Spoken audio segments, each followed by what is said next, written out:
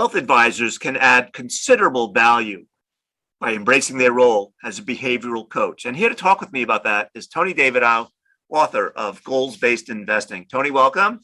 Thanks for having me, Bob. It's a pleasure. And I'm eager to learn, as I'm sure our viewers are, how advisors can embrace their role as a behavioral coach. Yeah, in fact, Vanguard has actually done research on this and really trying to quantify the value of an advisor. And based on their research, half of the value add of an advisor is the ability to keep clients in the markets when things get difficult and coach them through all these emotional stimuli that we all speak about and just don't do a lot about. So to me, behavioral coach is kind of the unappreciated value of a financial advisor.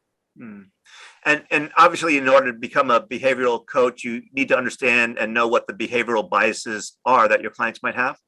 Correct.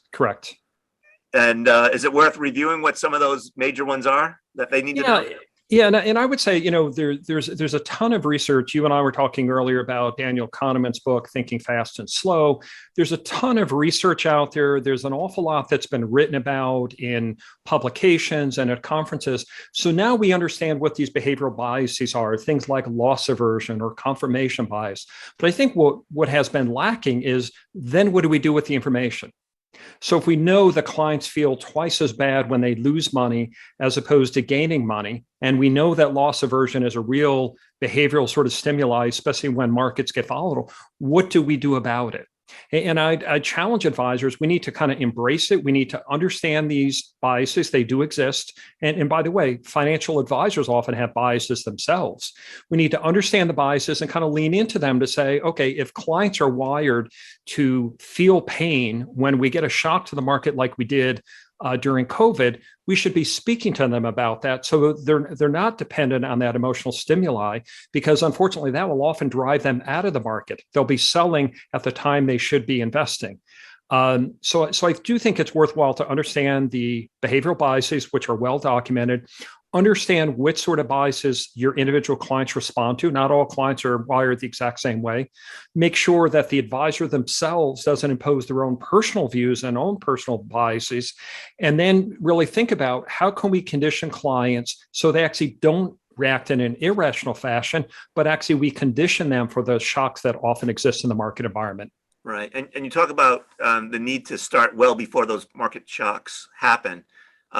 I'm thinking out loud of a risk tolerance questionnaire where maybe there's a near equivalent of a behavioral bias questionnaire that at least identifies these biases, and people are well aware of the ones that they have, and the advisors are well aware as well because you've documented them.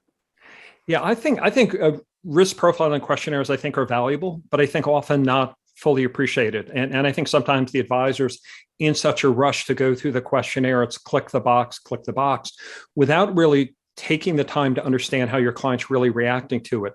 So when we ask them how they feel about shocks to the market, they're going to feel very differently in March 2020 or March 2000, right? In March 2000, the market's going up, they're feeling good, they're willing to take on a lot of risk. Every client will say, I'm a long-term investor and I'm willing to take on risk.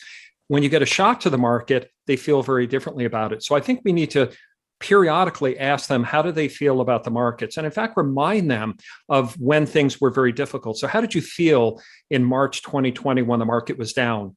Should we do things different in your portfolio? Did you feel comfortable in your allocation? I think we should try to quantify how you feel. How would you feel if your portfolio were down 10%? Would you increase your allocation or decrease your allocation?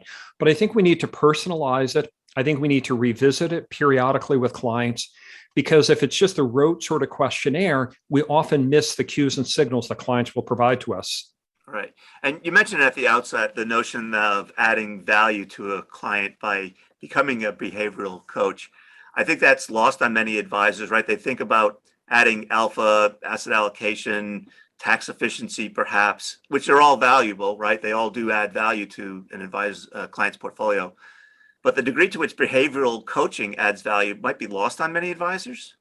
I think it definitely is, because it's one of those softer skills But again, I cite this Vanguard research, which suggests 300 basis points of overall value and 150 basis, half of it is coming from the behavioral coaching, which I think intuitively we can kind of pick up on. If we keep clients for heading for the exits when they feel the most uncomfortable and keep them engaged when things are very difficult, you could see where that would add tremendous value over time.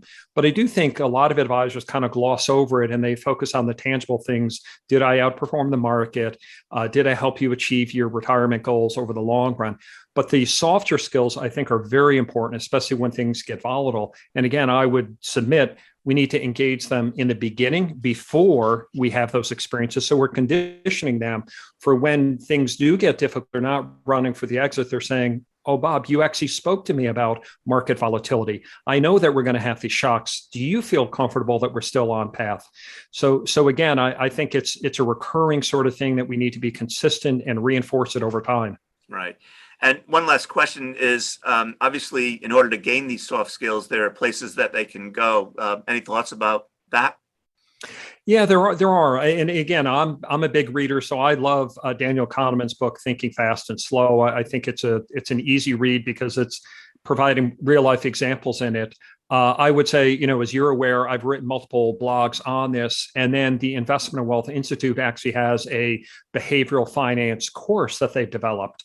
And I think they developed it largely because we have been hearing over and over again, there's a disconnect between the academic theory and the practical application of it. And I'd also mention, there are certainly people in the industry who have spent a lot of time studying it, and they've developed white papers and blogs and shorter, more pithy things that help you kind of think through it. But I think for the advisor, one, they need to start by recognizing it's a skill they need to hone, and it's a skill that should be embracing. And if they do, I think there's plenty of resources at their disposal. Mm.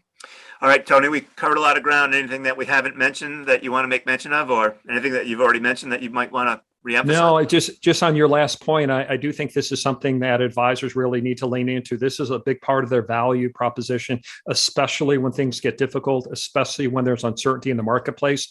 We need to condition our clients now for the next set of shocks that will occur. We don't know if it's going to be tomorrow or the next day or next year, but we need to condition them so they stay engaged when things feel the worst. All right. So last question, your forthcoming book, it will be published when, and when can readers get it, and where can they get it?